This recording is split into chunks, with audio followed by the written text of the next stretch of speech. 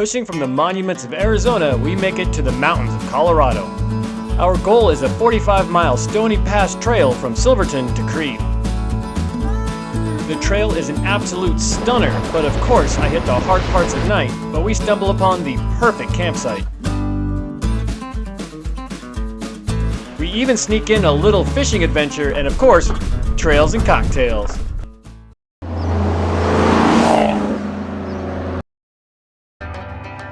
Waking up at one of the most spectacular campsites I have ever seen, it's hard to fathom leaving such a stunning area, but we have a big drive from the Arizona Grand Canyon to the Colorado Rockies. The drive across these beautiful states is memorable in its own right. Passing through big name tiny towns gives you the true feel of grit, charm, and history they possess. No jumping from bridge. Yeah, don't worry about that. Don't throw Dewey. Got it. Go Navajo Bridge.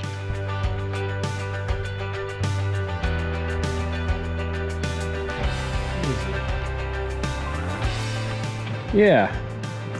So it's high. It's high. Freaking crazy. I don't know if you can tell, but you can see green water and there's like sand or brown water mixing with this. Something's got to be dumping out. One of us wasn't thrilled about this photo op. Rain? Freaking rain! Oh man, that is fantastic. Both are great options, but Page is the ticket. During long drives, rushing towards a destination, it can be hard to remember to appreciate the appetizers Mother Nature serves up along the way. Next on the hit list is worth a cross-country expedition in its own right.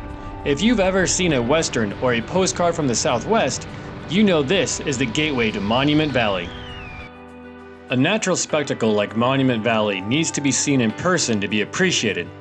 People often say the same thing about me. I'm officially the dog owner I used to make fun of. This is what happens when you spend a couple of weeks on the road solo. Dewey might be putting himself back up for adoption after this one. Time to eat up the miles on the way to Colorado. Well, ladies and gentlemen, welcome to the bonus round of this trip. So spent the night in Durango and decided versus just going straight home, since it's Friday and I don't have to be anywhere, take a little bit detour.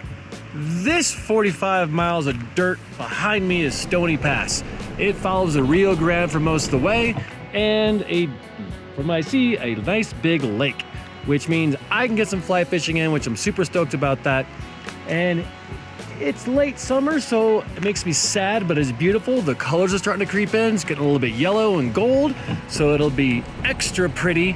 I'm pretty stoked. Like, this is supposed to be an absolutely beautiful trail. Haven't seen anybody so far. Just the start of it, as you go through Silverton, not Silverthorne, there's already some old mills and old buildings and whatnot, and I haven't even hit the trail yet, but it's time to air down, and let's go check out what this trail has to offer. Air down, air up, air down, air up. As everyone else loves this as much as I do. Haven't even left the air down site and look behind me, and you zoom in way over there. Super freaking pretty. Well, right off the bat, this trail goes straight up. And it's pretty much just a rocky road at the moment, but if you go to the right a little bit, you are going to find a very, very steep, tall cliff that ends up at a creek. We're gonna try to make it over Stony Pass to the other side and camp on the Rio Grande tonight. Easy trail, but worth keeping your eyes on the road if you hate somersaults. Yep, I forgot my glasses. The glasses you guys see me wearing in every video. Good gravy. If I'm as ugly as I am dumb, I'm gonna have some problems in life. I had the glasses the whole time. They weren't right here, but they were like right there. Stony Pass might not have the fame or fear of other shelf roads like Black Bear, but it holds its own when it comes to drop-offs, views, and beauty.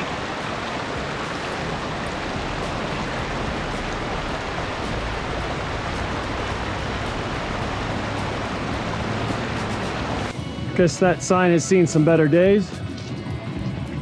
Finally back on the road after my big glasses debacle. But the theme of this trail is, ignore him, up. You go up in a hurry.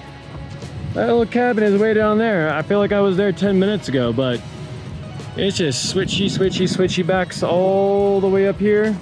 If you go that way, it's a dead end, and there is, I believe, an abandoned mine, and it says dead end. It's not ominous at all. But this way, according to the broken sign, is the way to Stony Pass. This trail feels like it ascends forever, but it is pretty smooth, and on the western side, you can make pretty good time while constantly being rewarded with remarkable views.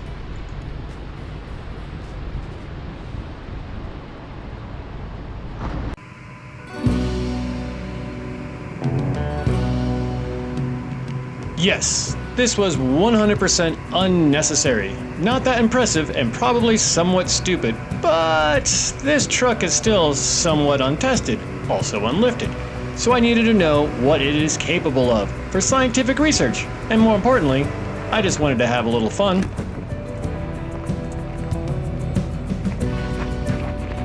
Well, as you probably just saw, there's some, I want to call it optional lines. It just gets wide, and on one side it's flat-ish, and the other side there's big boulders.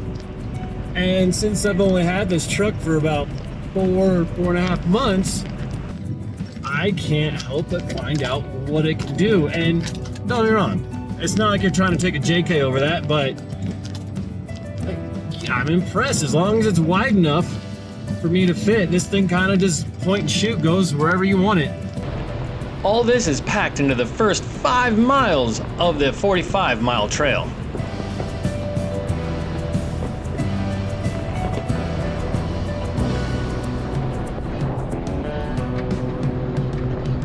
You know, just me and my Nissan again. But oh wait, what do we have here? Yeah, and there's that. I think we're almost at the top.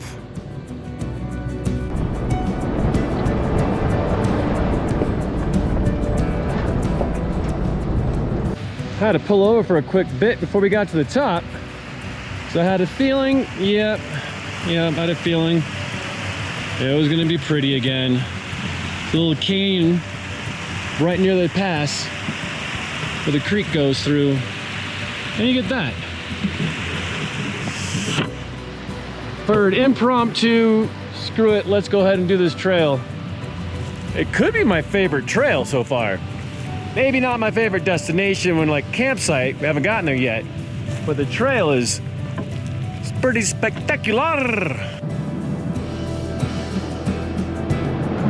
And yet more evidence of men digging in holes where they're not wanted, looking for the magic spot and just leaving a mess. You can see right over there, really hoping we get to the top soon, because my transmission's getting real warm, and I just put a transmission cooler in it, and then new filter and gasket and fluid, and it's coming back down, but not the place you want a transmission problem. There we have it, ladies and gentlemen. Dewey and I have officially made it to the top of Stony Pass. All your pee from there over goes to the Pacific Ocean, and all your pee from there over goes to the Atlantic, in case you're curious. And here is the view from the top. Transmission hasn't blown yet. Temperature did come down a little bit. Hopefully on the way, on the descent, it goes a little better, but fingers crossed, because we're only about 10% into this trail. Extremely dewy heavy episode. All right, as soon as you get over the pass, there is a nice little sign that tells you all the information about Stony Pass. And here's the other side, if you were curious. It looks like there's some remnants of old mining establishment down there. This would have been rough. Like, this is still technically summer and about 6:30 at night, and it is already chilly and windy. So I've never hunted in my life unless you count squirrels and birds in my backyard with a wrist rocket and feeling immediately bad when you finally hit one after 6 months. But I guess the season starts tomorrow for bow and muzzleloader, so they're staging all up and down this trail. And they are the friendliest freaking group of people ever. And if you saw my video of when I was in my Jeep that broke down, I think I mentioned that one group of hunters after another was making their way down because they saw the lights just to make sure I was okay if I needed anything. They're the nicest freaking people. Pretty, but shocker. More switchbacks? You betcha! All the way down.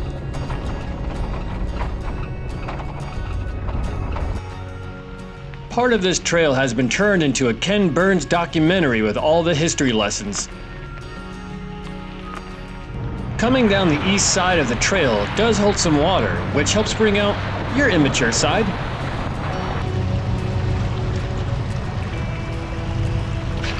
This is Pole Creek Crossing. In fall, it is low enough for no fuss, but in spring, be prepared to get wet. And if you don't find that thought enticing, then I feel bad for you and your partner. All right, and to come to this sign, looks like there's some cool stuff over there, but we're going towards Creed. So 47 miles of town, but I'm hoping to camp at the Rio Grande Reservoir. Coachella Hunter, found one. I done found one. Phew. Hey. Oh, there's your buddy up there. Hi, buddy dear. This trail narrowed up in a big way, which I could fit through fine. I'm not scraping, but I can tell you right now, 2 full-size trucks aren't gonna fit in most spots on this trail, and it's super rocky, which Trails Off-Road did say it would be. You could do this in a stock vehicle, but there are diff catchers everywhere, so you definitely need to pay attention. And like right now, it's a pretty steep downhill and nothing but dirt and rocks and narrow. It's kind of fun, except I'm trying to get to camp because I'm late because I'm Dane. Ooh, it's making sounds. Those ruts are bigger than what the camera shows. That's what he said. You can't see it, but wow! I don't think a truck's supposed to flex like this. Not this big of a truck anyway. These ruts are serious. Well, sometimes life gives you lemons, and if you've watched this show before, when it does that, instead of getting pissy, you make vodka lemonade. So, you saw me go over to the pass last night, looking for a spot, found one, didn't feel right, and then there was nothing after that. I was hoping to camp next to the lake, and there was, once you got near there, it was all just like actual campgrounds, like pay to play and like RVs and stuff. I didn't see that coming. So I just finished the rest of the trail in the middle of the night, and Gaia came to the rescue and found a little service road, little double, like 2-lane track road that went down to the Rio Grande River and just parked it up here. So not quite sure what it looks like, but it was a good option. And this is how things have changed in the past 24 hours. So 24 hours ago, I needed this fan because it was like 90 degrees at night and 110 in the day.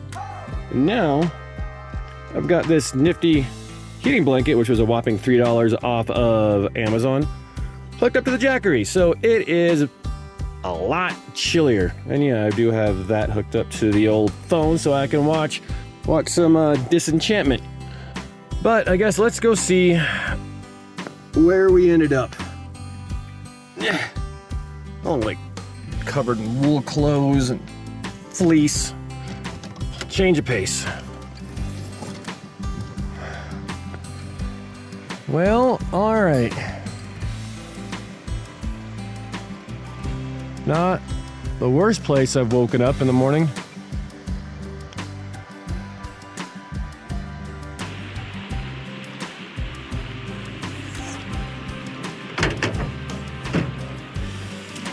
Seriously? Come on. Freaking paparazzi.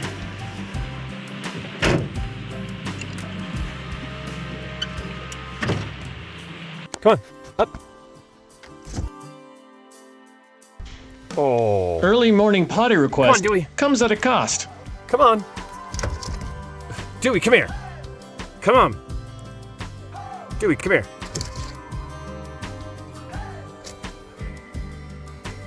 Dewey. Dewey, get up here. Come on. Come on. Come on. Come on, get up here. Dewey, come here. Come on. Come on. So I guess this means I'm not doing the second trail today. It's the totally wrong direction. But it also means I finally get to go down there and wet a line. So it's time to pack all this gear up, which was nothing because I was just in a pissy mood. Get the rods ready and go see if I can't go catch, I don't know, let's go for biggest fish of the year. Beer before breakfast? He might be from Texas. You might be thinking, Dane, it's like 9 a.m. You can't have a beer already. There's 2 rules that you should always adhere to. You can't drink all day unless you start early. And nobody fishes sober. So let's say the end of a camping trip, things get a little less fancy. It's okay. Still enjoying the experience. Doesn't always have to be glamping. You too can live like a college student out of the back of a truck. So what you want to do is let this deglaze for about 2 to 3 minutes, and then you're good to go. Just a man, his dog, instant oatmeal, and a breakfast beer, sitting on a tent toilet, taking it all in and letting nothing out.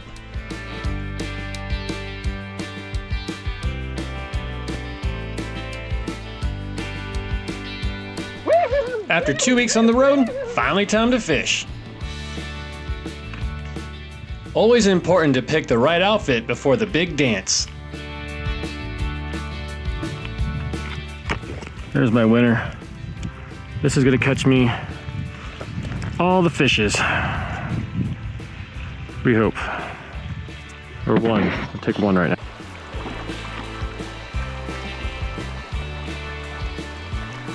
Come on. Dewey, come here.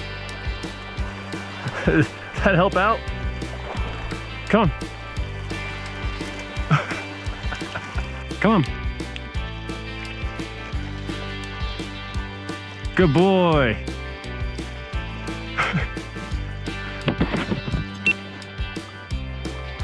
Come on, Dewey, you can do it, buddy. Maybe you can't. Oh yeah, there he is.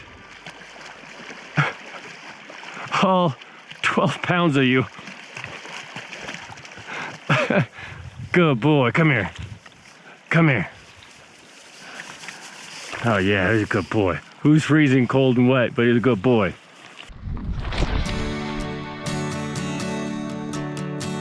And from this segment, you can probably guess how well fishing is going. So instead of trout, y'all get rock skipping.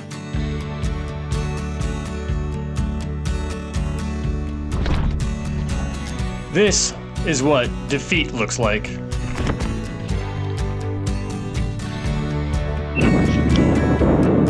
Look at him go! Look at him go!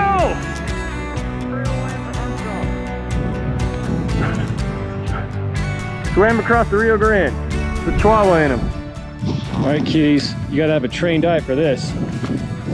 Walking down the bank fishing. See it?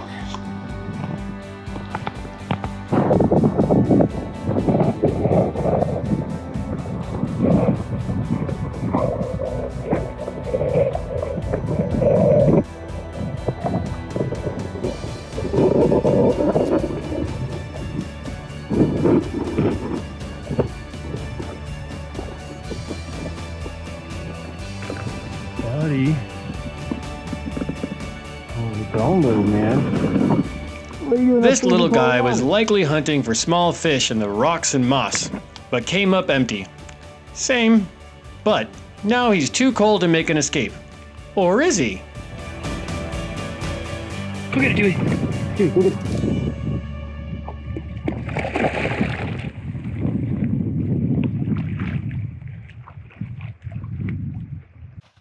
I felt obligated to do at least one more Trails and Cocktails after this whirlwind of a trip. It is pretty freaking windy, so bear with me. I might have to dub over this like an old Godzilla movie, which could be even more entertaining. But like at the end of any camping trip, usually you run out of food and put together what you can. I'm doing the same way for our drink. Went through the fridge and the little food compartment, and I think I could put together a pretty good margarita, and I was able to pick up some ice, so that should help out. First things first, I think tequila, because if you saw last night, that was, didn't go as planned. So, and I haven't had a drink since. That's a lie, I had one for breakfast, but not a real drink. So I'm gonna make sure this isn't poison. It's still good. It's still good, believe it or not. It should work just fine. All right, so all the ingredients we have here. We have tahini, which I'm gonna try to rim the cup, but it is windy, so we'll see. I have some agave nectar. I have some milagro, some spicy mango lemonade from Trader Joe's, some mango nectar from Trader Joe's, and then I do have some orange liqueur, like triple sec or something. So I think all this together pretty much is it's a margarita.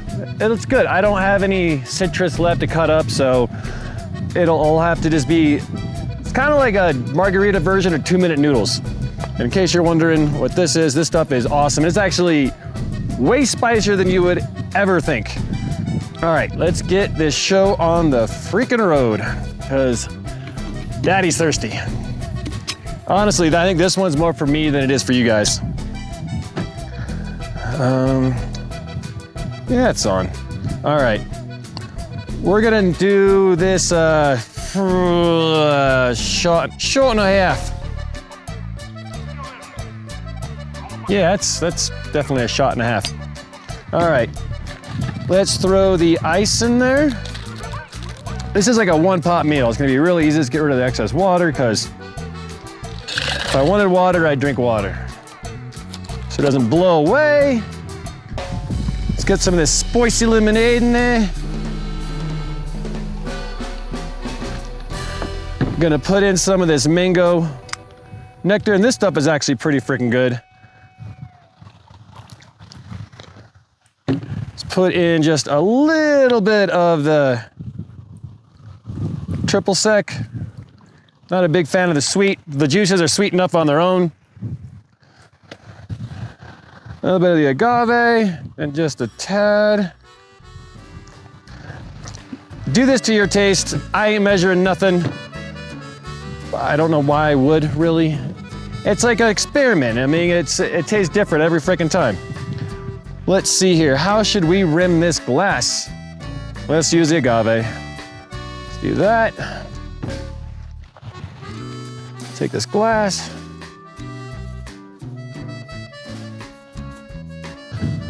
Hopefully that's on camera, so you guys can see that real nice like. I took a break from fishing to do this, and I'm sure you can tell I said fishing, not catching. There was no fish caught so far, but it'll happen. Yeah, that's kind of what I thought. It's all blown away, but let's see if we can make it happen, captains.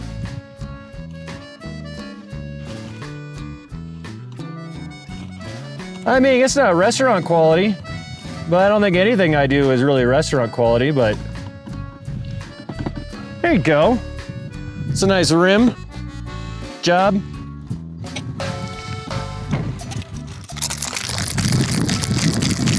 Oh yeah, they're gonna hire me some fancy cocktail bar in New York after this one.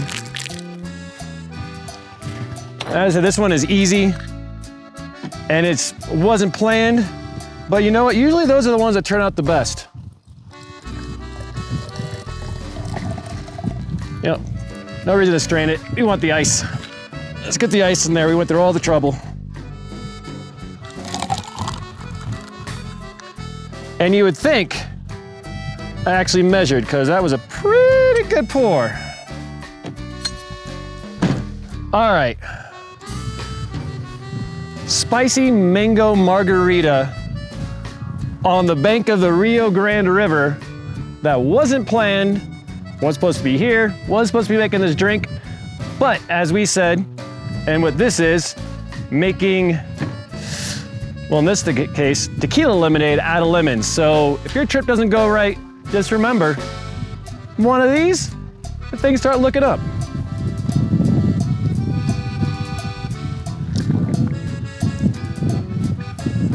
Way up. That is fantastic. Super freaking good. I should probably be on a tropical beach drinking this, but take it where you can get it. Thank you for watching another episode of Trails and Cocktails with Grand Overland. I'm gonna wrap this up, and I'll see you guys probably on the water.